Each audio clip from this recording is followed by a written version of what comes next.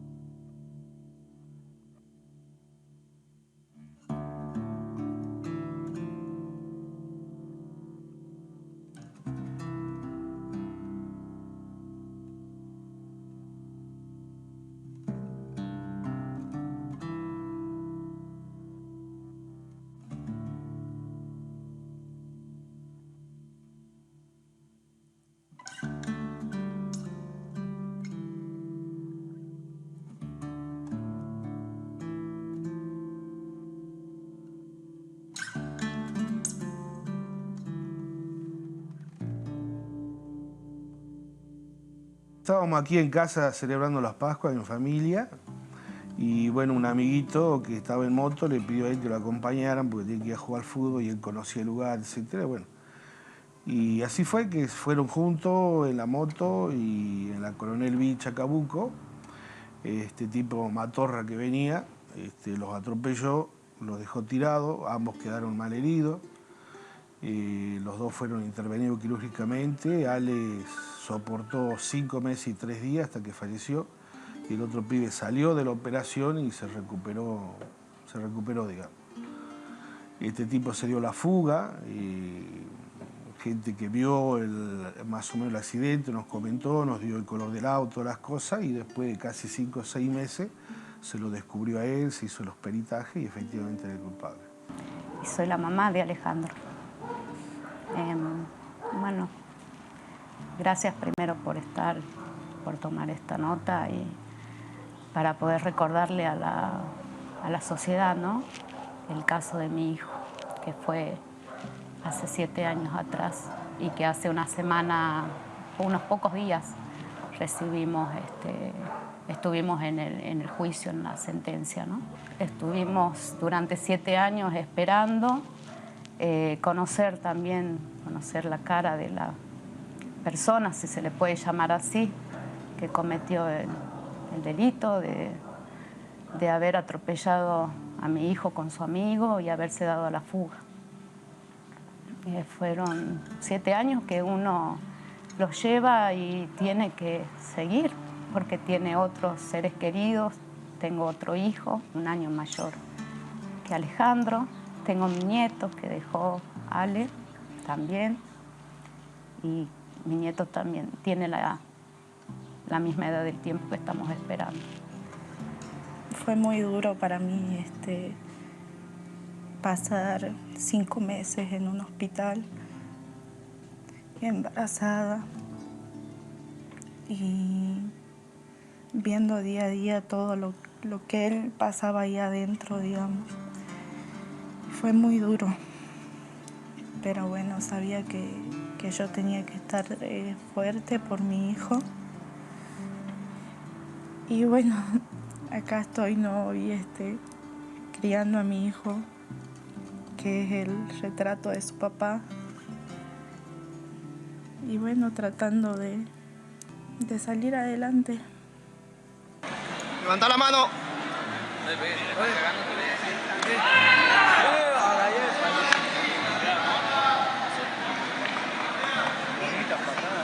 Bien, mostrásela.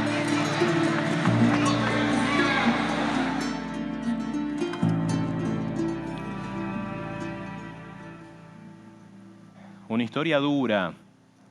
Esta es la parte humana. Ya vamos a ir a la parte fría de las leyes. Lamentablemente las leyes en nuestro país son muy frías, no empatizan con la realidad, van en destiempo o ven otra realidad. Y hay familias que la padecen. Esto le pasó a la familia Copa, pero te puede pasar a vos.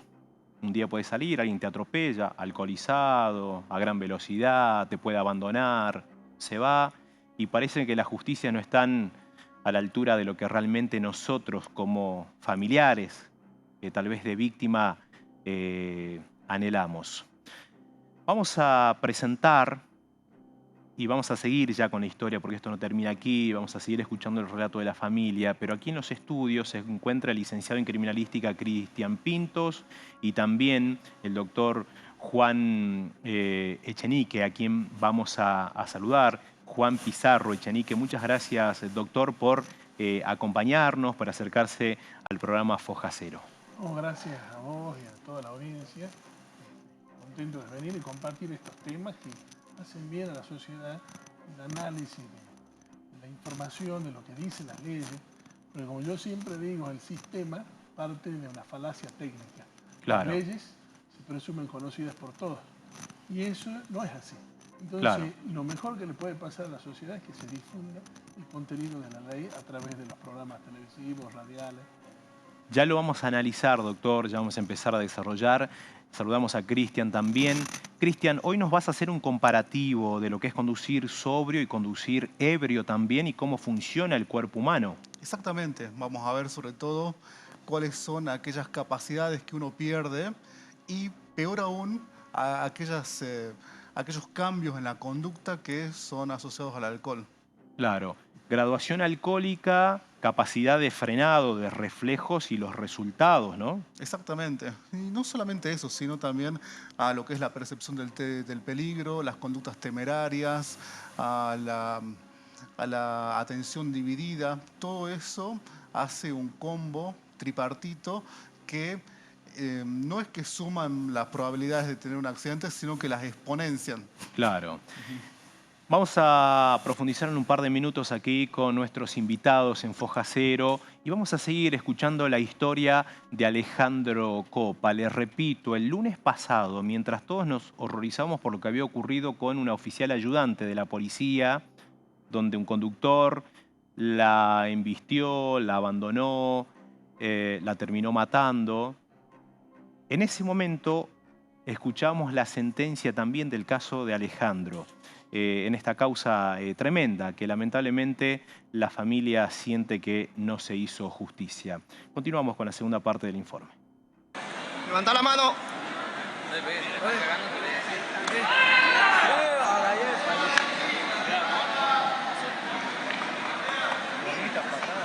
Bien, mostrásela.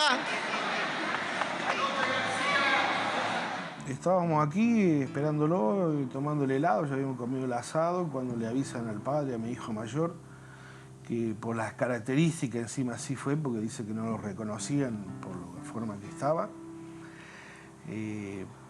Consideraban que era él, el del accidente, y bueno, fuimos todos a la guardia del hospital y efectivamente estaba él ya inconsciente y que nunca recobró el conocimiento. Le hicieron la tomografía y bueno, se lo operó, pero nunca pudo volver en sí, nunca. Y tuvo 5 meses y 3 días hasta que falleció en agosto. ¿Le daban algún tipo de esperanza en ese lapso? ¿Cómo era el diálogo con los profesionales médicos? No, desde el primer instancia nos dijeron que por su tipo de traumatismo ellos iban a tratar de entrar, acomodar lo más que se pueda, pero evidentemente si sobrevivía eso, las secuelas iban a ser totalmente severas porque su cerebrito prácticamente se dio vuelta por el tipo de impacto que él tuvo, la violencia con el golpe que él pegó. Eso ya de primera instancia lo dijeron. Y se hizo una primera operación, una segunda, y bueno, y allí se esperaba, sí, nosotros como familiares teníamos toda la esperanza, esperábamos un milagro, pero bueno, 5 meses, 3 días y se cortó.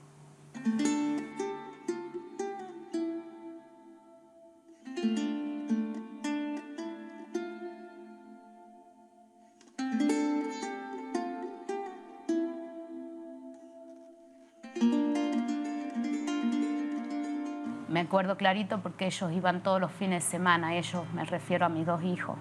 Iban los fines de semana y ese fin de semana no fueron.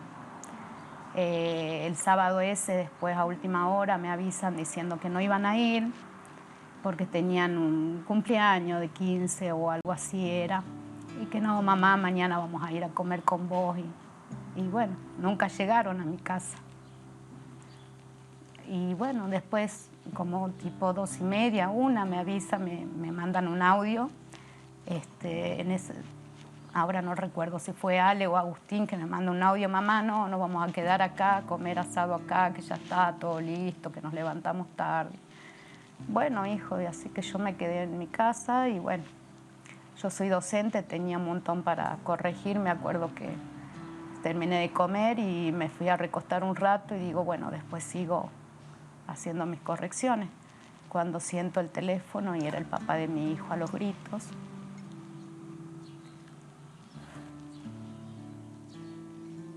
Y bueno, lo que sucedió, ¿no? Recordarlo es muy duro y creo que para mí es la primera vez que hablo. Creo que solo las personas que viven una tragedia como esta, un dolor como este, lo pueden entender. Y yo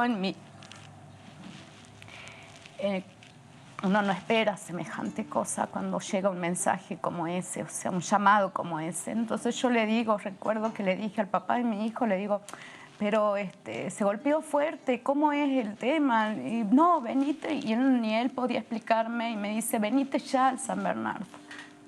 Ya. Entonces yo pedí un remis y me fui lo más rápido que pude. Encima recuerdo que el remisero me preguntaba y le digo, sí, mi hijo chocó, parece que chocó con la moto, no sé de quién, porque acá los chicos, la mayoría de los jóvenes tienen moto. Entonces yo hacía semanas y semanas que venía diciéndole a mi hijo, no te subas ninguna moto, porque ya me había comentado el caso de otro compañero, amigo, conocido, de meses anteriores, que había tenido un accidente. Hijo, por favor, no te subas en ninguna moto, no te subas. Y yo renegando en el remis le decía al remisero, le digo a estos chicos, porque no sabía, no me esperaba lo que vi. Creyendo que se había golpeado, que se había fracturado, que un tobillo, una rodilla, un codo. No, él del cuerpito estaba ileso, tenía apenas 2 raspones. En el hombro y en la rodilla. 2 raspones que ni jugando al fútbol te lo haces porque eran muy leves, muy leves. El golpe fatal de él fue en la cabeza. Eso fue. ¿Iba de acompañante? Él iba de acompañante. Él iba de acompañante y bueno, calculamos que él vuela en el aire y da la cabeza contra algo.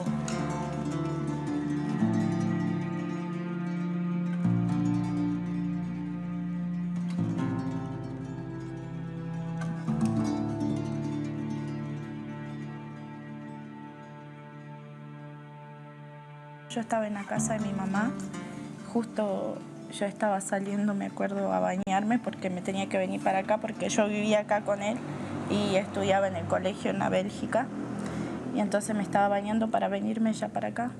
Y estoy saliendo para el baño y la sentí a mi mamá hablando por teléfono con mi tía. Y mi tía le decía de que Ale había tenido un accidente, que no me avisara, que no me dijera nada para que yo no me ponga mal, digamos. Yo así como escuché, volví, me cambié rápido y estuve tranquila porque también pensaba de que era algo leve. Y me fui al hospital, ese día llegué y estaban todos sus amigos, la familia. Me acuerdo que esperé toda la tarde para poder entrar a verlo y no me dejaban. Y recién me dejaron entrar a las 8:30 de la noche. Y cuando entré a verlo, no era él.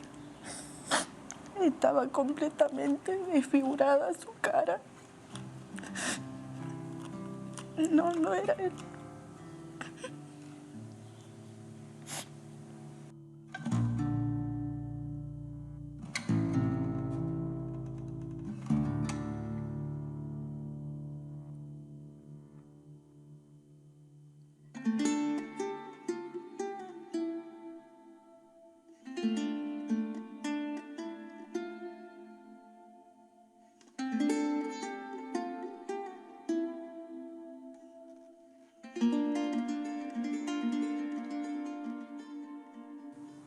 Ustedes necesitaban saber quién era esta persona, porque hasta el momento no sabían.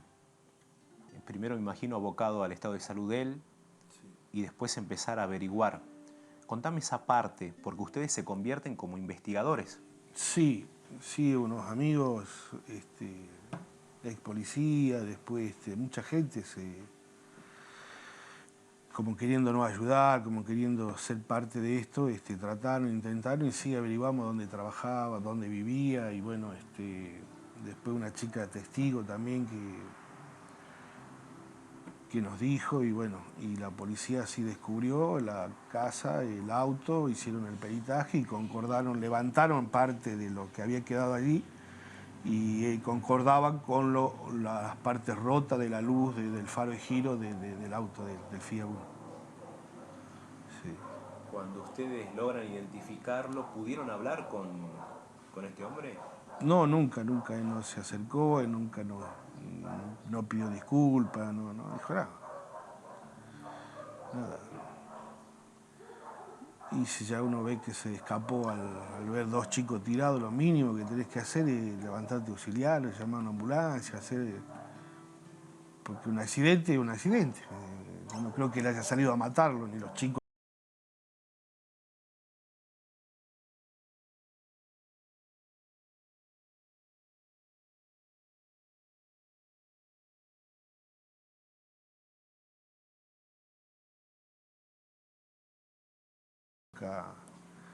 No pidió disculpas, jamás se hizo cargo de nada, de nada.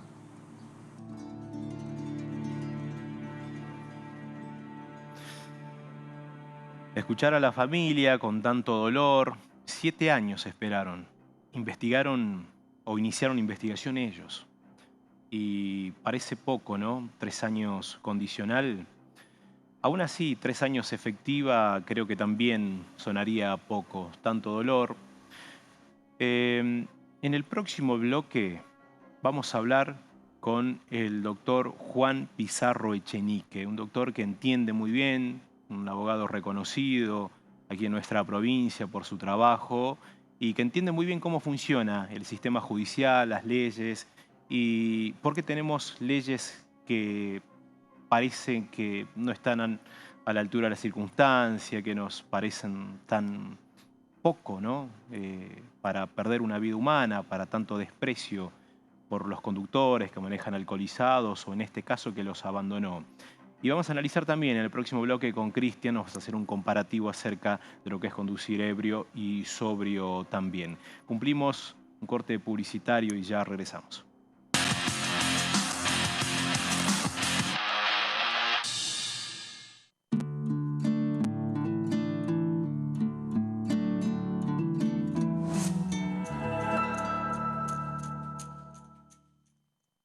¿Tu antitranspirante irrita tu piel? Prueba el nuevo Dove Men Care. Con 72 horas de protección y un cuarto de crema humectante que cuida tu piel. 72 horas de protección sin irritación. Limpiar tu rostro, quitar el maquillaje, suavizar la piel, refrescarte, humectarte. ¿Cuántos productos crees que necesitas para todo esto? Agua micelar Teatrical lo hace todo y es la única con células madre de origen natural. No necesitas muchos productos para tu piel. Necesitas productos que hagan mucho por vos. Teatrical, vida que genera vida en tu piel. Ala siempre te acompaña, sobre todo en esta época de pura pasión donde todo es celeste y blanco Ala. Por eso el nuevo Ala para diluir tiene una fórmula imbatible contra las manchas para lucir impecable la celeste y blanca. Prueba el pequeño gigante del lavado. Un golazo. Nuevas hamburguesas Paladini. Son ricas y 100% vegetal.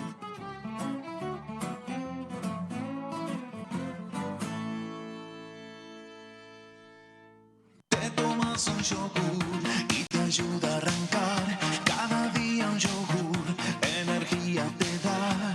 Lo desayunas y lo merendas. Tómalo a cualquier hora, el clásico es lo más. Un yogur te hace bien, cada día un yogur. La Serenísima es el yogur. La Serenísima Clásico, un yogur cada día mejor.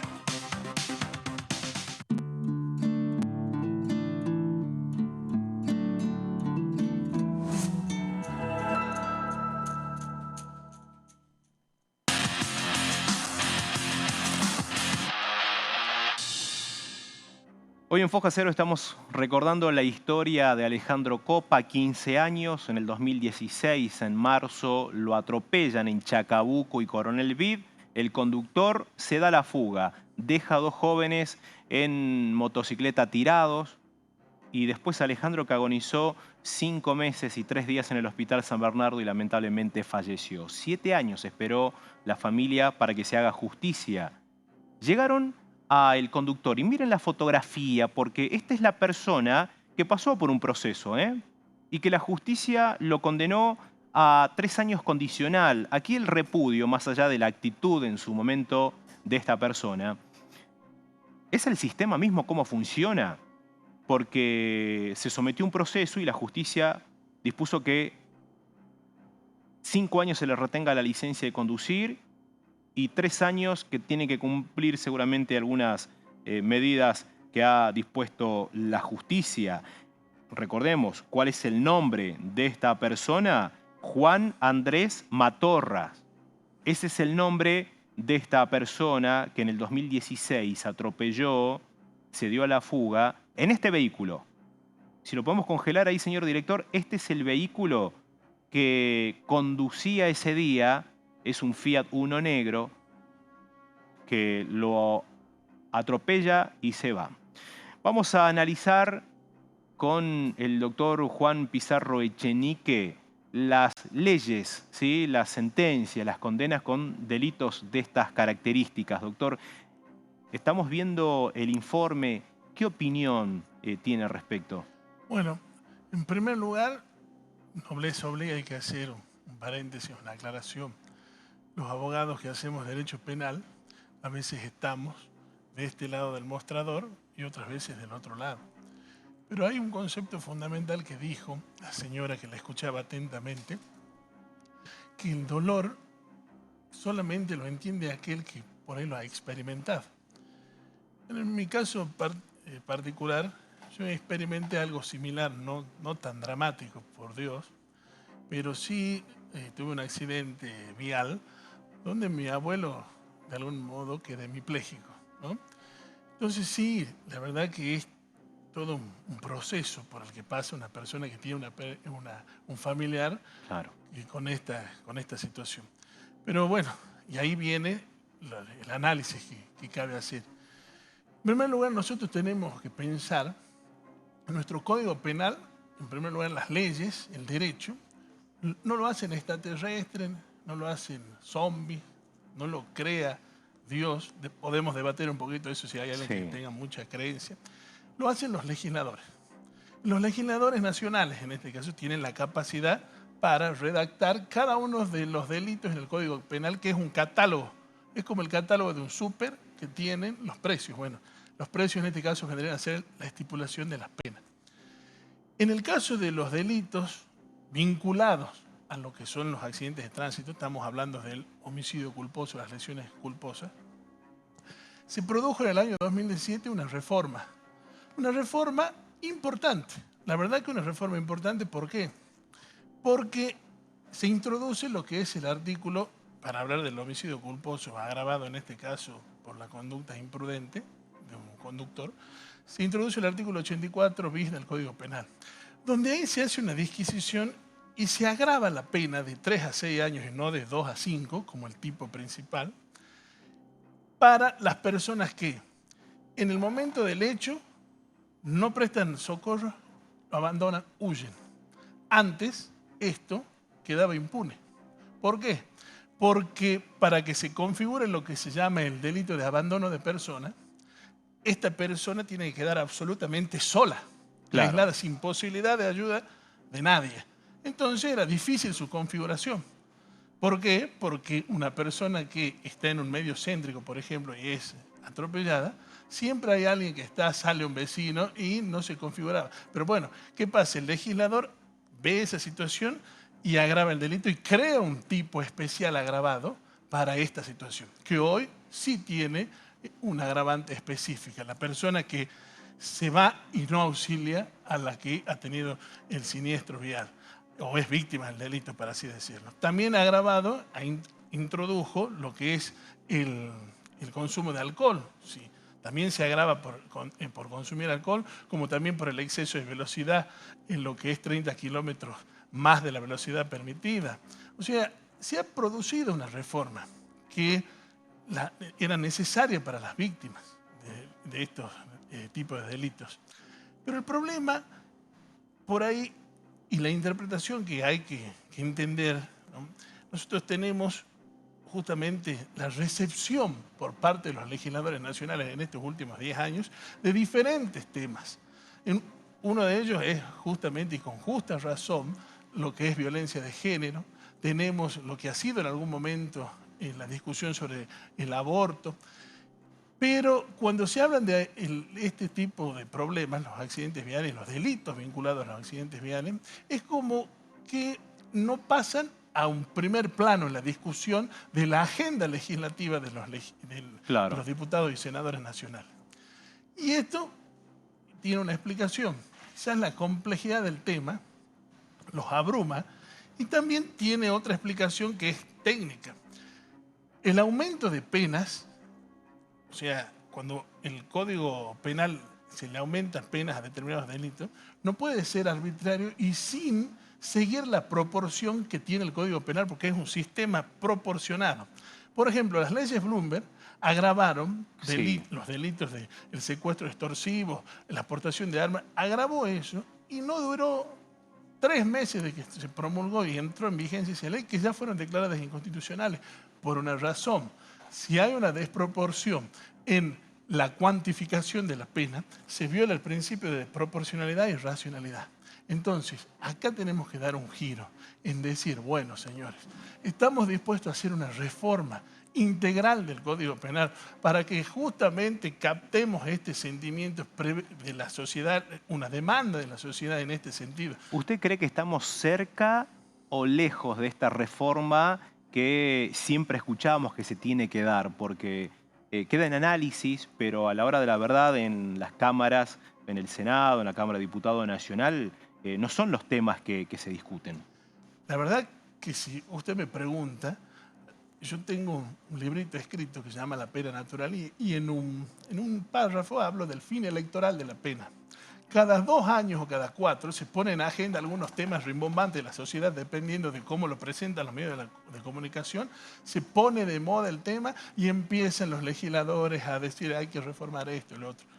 Y nunca se han puesto a estudiar a largo plazo cómo justamente hacer un código penal realmente efectivo. Porque nuestro código penal en la década del 20, de 1928, con rasgos del fascismo. Entonces, ahí viene la primera cuestión. Entonces, yo creo que por ahí la cuestión debe ser abordada desde el punto de vista multidimensional y quizás también hay otros tópicos para analizar. El aumento de penas, ya está probado esto, no disminuye el delito. ¿Por qué? Porque el trabajo del Código Penal es amenazar con la pena. Es decir, si vos vas conduciendo con alcohol y matás a alguien, tenés 3 años de prisión. Está bien. Pero aparentemente no funciona. ¿Y por qué no funciona? Porque quizás falta una pata más, un esfuerzo más de los estados, nacional, provincial y municipal, en coordinar la organización para el control. Y de esa manera hacer efectiva esta amenaza. Entonces, por ahí pasa el tema. El tema es multidimensional porque yo también tengo otra cuestión para decir. Hay una cuestión sociológica, antropológica, de la relación del ciudadano con el, por ejemplo, el consumo. Scoring, con todo lo que implican con multas y esas cuestiones. Es más, escuché alguna propuesta por ahí de un candidato a concejal, creo que fue la señora Pontuzzi, que hablaba de incorporar un sistema de dron para el monitoreo del tránsito, cosa que también me parece interesante. Pero creo que hagamos funcionar primero los semáforos inteligentes que nos prometieron y que no funcionan. El dron lo veo como muy para los medios. Claro, ¿no? Sí, pero hay que empezar también a pensar en que estas ideas tienen que ejecutarse porque creo que por ahí viene el problema. Lo vamos a seguir analizando, doctor. Vamos a seguir nosotros. Ya vengo con vos, Cristian, para hablar acerca de cómo funciona la física, en este caso, de los reflejos humanos cuando conducimos, por ejemplo, en estado de ebriedad o alta velocidad. Vamos a compartir una parte más del informe acerca de lo que le sucedió a Alejandro Copa. Primero que nada, es una vergüenza las leyes que tenemos en Argentina. Tiene que cambiar, como dice mi papá. Tiene que ser penal, porque no escucharlo a él principalmente cuando el juez le dice que si quiere dar unas palabras y decir solamente tengo mis papeles en regla. Obviamente el seguro se encarga, o qué sé yo, pero eso fue todo. Nunca nos miró y le vimos una cara de arrepentimiento porque lo estuvimos mirando constantemente. Yo lo miré todo el tiempo. Nunca le vi un arrepentimiento. Él solamente dijo, yo tengo mis papeles en regla. ¿Cuál fue la condena? Fueron 3 años. 3 años y 5 años de inhabilitación de carnet de conducir. 3 años condicional, o sea Condicional. que No va preso, está en su casa. Salió ese día como capaz que fue en un auto. Le aseguro que hasta fue en un auto él manejando. Quedó en la nada. O sea, justicia yo no sentí. Y yo creo que ninguno de mi familia sentimos que mi sobrino haya tenido justicia. Ya se terminó el juicio, ya no va a haber más condena, ya no va a haber más pericia, no más nada. Como para decir, va de acá unos años va a tener una condena. No, ya está, se terminó. Él ya está, va a pagar lo que tenga que pagar, pero va a estar en su casa. Y nosotros acá llorando siempre, porque desde el 27 de marzo del 2016 que no somos lo mismo. Quedó una familia destruida, una madre, a mi hermano, que yo lo veo constantemente, cómo sufre. Su hijo que creció sin un padre que lo lleve a la cancha, sin que le diga, vamos hijo, juegue con él a la pelota. Más allá que tiene tíos y todo. Él necesitaba a su papá y ese hombre, si se le puede llamar un hombre, se lo arrebató. Sí, yo estuve en todas las audiencias que me pidieron estar, en la sentencia también. Y decir que sentí alivio, no puedo decir que sentí alivio por la justicia que tenemos aquí en nuestro país, que es no hay palabras, porque matar a una criatura y darse a la fuga, o sea, para la justicia argentina valen 3 años. 3 años que ni siquiera son tras las rejas. Entonces, impotencia, una gran impotencia. Y soy una persona creyente y creo que la justicia de Dios es la única que vale, ¿no? Más allá de que ya está la sentencia hecha, ya está condenada la persona y vaya a saber cómo seguirá, porque él sigue su vida normal. Y él en libertad, festejando las Pascuas, haciendo su vida. Lo hemos visto en Facebook pescando, disfrutando. Y nosotros sin el Ale. Desde que supimos que estaba identificado, sí había, digamos, como una certeza que sí iba a llegar a un juicio. Ahora, conociendo la justicia, sabíamos que igual iba a seguir en libertad. El tipo sigue en libertad, él sigue gozando de libertad, siempre estuvo libre. A eso es lo que apuntamos, ¿no es cierto? Que estas cosas no sucedan. Yo creo que las penas tienen que ser mucho más fuertes, más severas, la concientización en los colegios, por el tránsito, tiene que haber un cambio realmente muy de 180 grados para poder decir que vamos a tratar de evitar que lo que le pasó a Lalecito siga pasando. Lamentablemente no existe conciencia, uno ve todos los días lo que pasa, las leyes no cambian, sigue siendo esto una ordenanza, cuando tendría que ser la ley penal, la ley de tránsito tendría que ser penal. Es de la única manera poder detener algo, al menos un gran porcentaje de lo que sucede. Porque hoy mata a una persona y sigue siendo un homicidio culposo, no supera los 3 años y te va a la casa. Ustedes necesitaban saber quién era esta persona, porque hasta el momento no sabían. Primero me imagino abocado al estado de salud de él, y después empezar a averiguar. Contame esa parte, porque ustedes se convierten como investigadores. Sí, unos amigos, ex policía, después mucha gente como queriéndonos ayudar, como queriendo ser parte de esto, trataron, intentaron y sí averiguamos dónde trabajaba, dónde vivía y bueno, después una chica testigo también que nos dijo y bueno, y la policía sí descubrió la casa, el auto, hicieron el peritaje y concordaron, levantaron parte de lo que había quedado allí y concordaban con las partes rotas de la luz del faro de giro del auto del Fiat Uno. Sí. Cuando ustedes logran identificarlo, ¿pudieron hablar con este hombre? No, nunca, él no se acercó, él nunca no pidió disculpas, no dijo nada. Y si ya uno ve que se escapó al ver 2 chicos tirados, lo mínimo que tenés que hacer es levantarte auxiliar, llamar a una ambulancia, porque un accidente es un accidente. Yo no creo que él haya salido a matarlo, ni los chicos han ido ese día a chocarlo. Fue un accidente, pero bueno, mínimamente si sos responsable para manejar, es parar el auto, levantar, llamar al teléfono, llamar a la policía, a la ambulancia, actuar como tenés que actuar, hacerte cargo de lo que pasó, ¿no es cierto?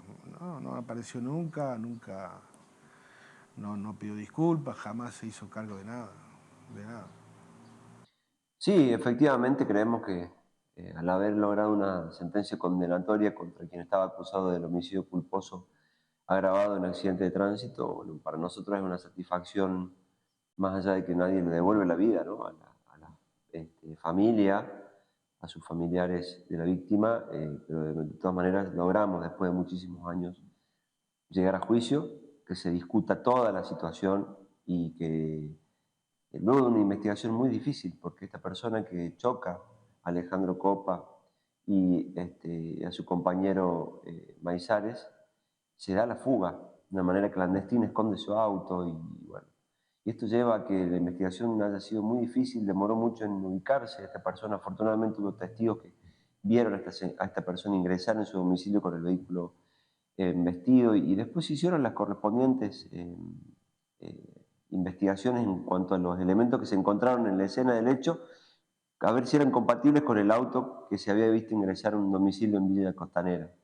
Bueno, ahí empieza la reconstrucción de todo y afortunadamente a veces por un testigo que tiene la valentía de hablar, empieza a reconstruirse cómo fueron los hechos y se logra ubicar al responsable. Así que la verdad que para como fue el contexto estamos conformes con la sentencia, se logró una pena de 3 años de ejecución condicional.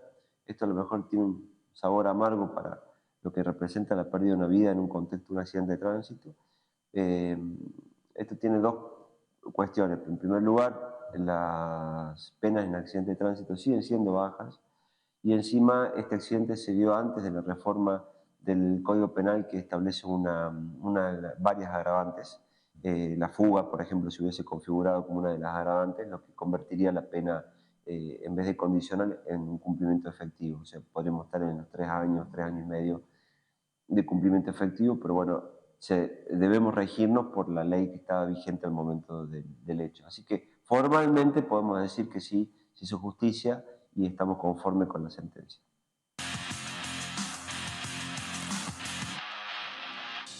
Bueno, el abogado de la familia dice se hizo justicia porque si vamos a la parte como fría, sí, se juzgó con las leyes que establece el Código Penal. Pero la familia dice, nos quedamos con la sensación de que no tenemos nosotros justicia, nos parece muy poco. Doctor, cortito y muy breve, ¿por qué se queda la familia con este sabor a poco? Y como decía el colega, este tipo de delito tiene la conminación de pena en abstracto, en este caso en la agravante, de 3 a 5 años. Él llega libre al juicio porque justamente había una posibilidad en el mínimo, 3 años, de que la condena fuese condicional, es decir, claro, con 3 años. Entonces, el hecho de que todos los delitos que tengan una conminación en abstracto, el mínimo en menos de 3 años, posibilita que una persona pueda llegar al juicio en libertad. Ahora, de 3 a 5, acá los jueces podrían haberlo condenado a 3 años y 3 días, y era efectiva. O a 4. Pero además hay otra cuestión. Escuchando atentamente esto, yo creo que hubo también una víctima de lesiones, ¿no? Sí. Entonces, bueno, acá hay 2 delitos juzgados. No solamente el homicidio, sino también había un resultado en lo que es la persona que lo acompañaba, que fue lesionada. A su entender, los jueces aquí podrían haber sido un poquito más duros, lo podrían haberlo llevado a la cárcel aún con el Código Penal viejo. Podrían haberlo hecho, porque inclusive ayer salió un fallo de un caso de condena tentativa a 1 año con prisión efectiva. Entonces, hay elementos siempre para fundar la sentencia. ¿Todavía hay posibilidades? Porque esto es en primera instancia. Desconozco si lo va a apelar. Familia ha casado la modalidad, obviamente, o la modalidad de cumplimiento o el monto de la pena, porque hay una individualización de la pena que quizás pueda ser casada. Gracias, doctor, como siempre, por estar atento también al programa. Cristian, la diferencia entre conducir sobrio, ebrio? ¿Cuáles son? Bueno, nuestra ley acá en Salta dice que la tolerancia es 0, no se puede conducir con alcohol. Sin embargo, la ley 24449 a nivel nacional tiene un mínimo, o mejor dicho, un máximo de 0,5 gramos por alcohol en sangre. Yo te digo que ya con 0,2 de alcohol en sangre se ve bastante afectada algunas condiciones que hacen la conducción, como por ejemplo lo que es la atención dividida. Solamente con 0,2 de alcohol en sangre yo ya no soy capaz de enfocarme 100% en una actividad, sino que mi atención ya se va yendo por varios lugares. Sí. Si vamos al máximo que establece la ley de 0,5, ahí ya empiezo a tener cuestiones de coordinación o incluso se ve afectado el tiempo de respuesta. El tiempo de respuesta, que normalmente es de 0,5 para los buenos conductores, 1 segundo para una persona normal, puede ascender a 1,5 segundos. O incluso, si una persona por idiosincrasia es muy sensible al alcohol, puede elevarse hasta 1 segundo más. Y uno dice, bueno, ¿qué es un tiempo de reacción de 1 segundo? Bueno, para que te des una idea, conduciendo a 40 kilómetros por hora, 1 segundo me significa 11 metros. O sea, 11 metros. 11 metros. O sea, vos conduciendo en tu auto sin haber ingerido alcohol y atento a la vía, se te presenta una situación que tenés que frenar inmediatamente. Ya estamos tomando una distancia de 11 metros que vos no podés hacer nada. Porque es justamente lo que tardás vos en reaccionar y lo que tarda también el auto en responderte. Imagínate si tomando una sola pinta de alcohol, ya lo vamos a 1,5, o una persona que es sensible, como te dije, vamos a 2 segundos, ya son 22 metros. 22 metros, te lo llevaste por delante a quien se te cruzó. Por delante 2 o 3 veces. Entonces, uno por ahí no dimensiona, porque como te decía, esto es una cuestión multifactorial. El alcohol no es solamente que me disminuye la capacidad, me da más confianza y me hace creer que conduzco aún mejor todavía. Entonces, todas esas situaciones son las que derivan en que uno no sale con la intención de matar, como te decía, pero ya con el conocimiento y sabiendo los efectos que tiene el alcohol, uno debe tener conciencia del peligro del cual expone la sociedad y se expone uno mismo, justamente. En este caso de Alejandro Copa no había alcohol, ¿sí?, de por medio. Pero en esta semana hablamos de una tragedia de la oficial ayudante Fátima Cardoso, donde el conductor iba con 1,36 de graduación alcohólica. En ese caso te hago la pregunta en concreto. ¿1,36 significaría cuánto en reflejo? 1,36 de graduación alcohólica. Ya estoy en condiciones de asegurar que la persona no tiene dominio sobre el vehículo. Claro. Y con 1 gramo de alcohol en sangre se va a afectar la memoria, se va a afectar la coordinación. Y con 1,36 una persona normal no tendría control efectivo del vehículo. Hace un desastre lo que ocurrió. Exactamente, y aparte es una falta grave descripta por la ley penal. El licenciado en criminalística, Cristian Pintos, con nosotros, de la consultora Nova Forensis, y también el doctor Juan Pizarro Echenique, nos visitaron. Muchísimas gracias. Nosotros vamos a compartir la última parte de nuestro informe. De esta manera lo van a recordar a Alejandro Copa. Dejó un pequeño niño de 7 años, tiene la edad de lo que ha durado obviamente la espera de este juicio. Esta es la última parte del informe. ¿Cómo se conocieron? En el colegio, éramos compañeros. Éramos compañeros y yo entré tarde, digamos, y me acuerdo que ese día llego, me presentan y el único que estaba sentado al fondo solo era él. Y me hacía seña que me siente con él y yo fui y me senté ahí con él. Y luego empezamos a hablar y después nos pusimos de novio y así. Hubo un momento único para vos como mamá, que fue el día del parto, de la cesárea. Seguramente lo tuviste presente. Sí, en todo momento. Todos los días está presente yo lo tengo a mi hijo y es como que él está al lado mío. Y con el tema ese me pareció una vergüenza total lo que le dieron. Para mí es como que quedó todo en la nada. Es como que le dio lo mismo, digamos. Él puede estar libre, gozando de su vida, de su familia, de sus hijos. Y nosotros acá todos los días sufriendo porque es una lucha que... Sí, muy alegre, muy risueño, muy dicharachero, como le decía yo, que él le gustaba llegar y tirarse encima, abrazarte, muy cariñoso, muy mimoso.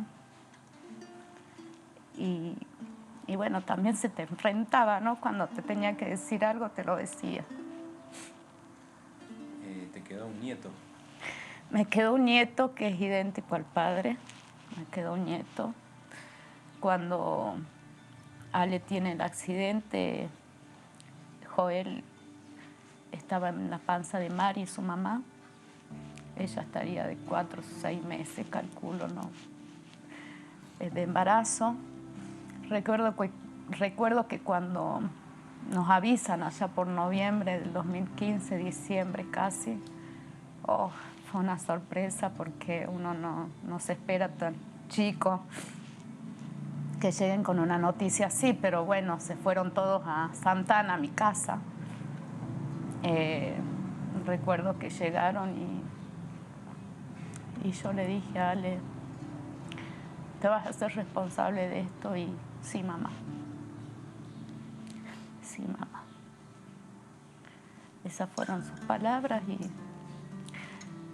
recuerdo que unos días antes del accidente, unas semanas antes del accidente, había perdido él el documento. Fui a hacerle hacer los documentos y se fue él solito a una tienda de ropa de bebé.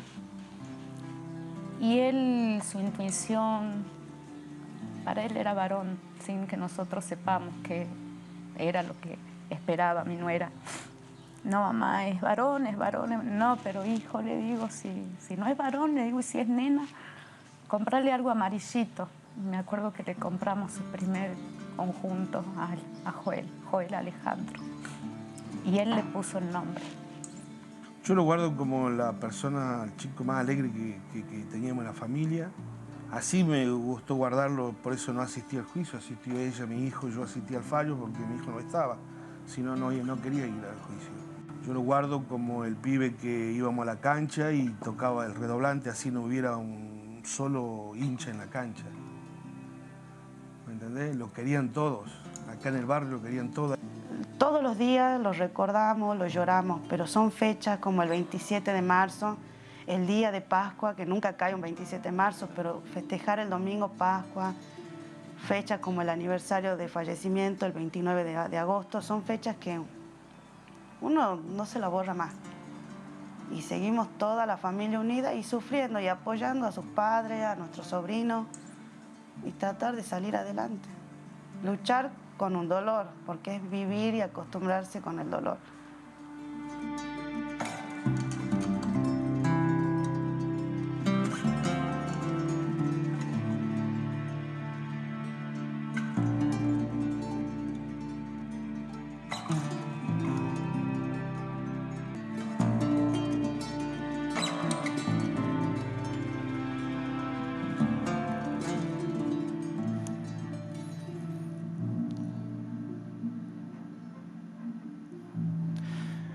Así lo va a recordar la familia. Para nosotros es un caso foja cero, ¿eh?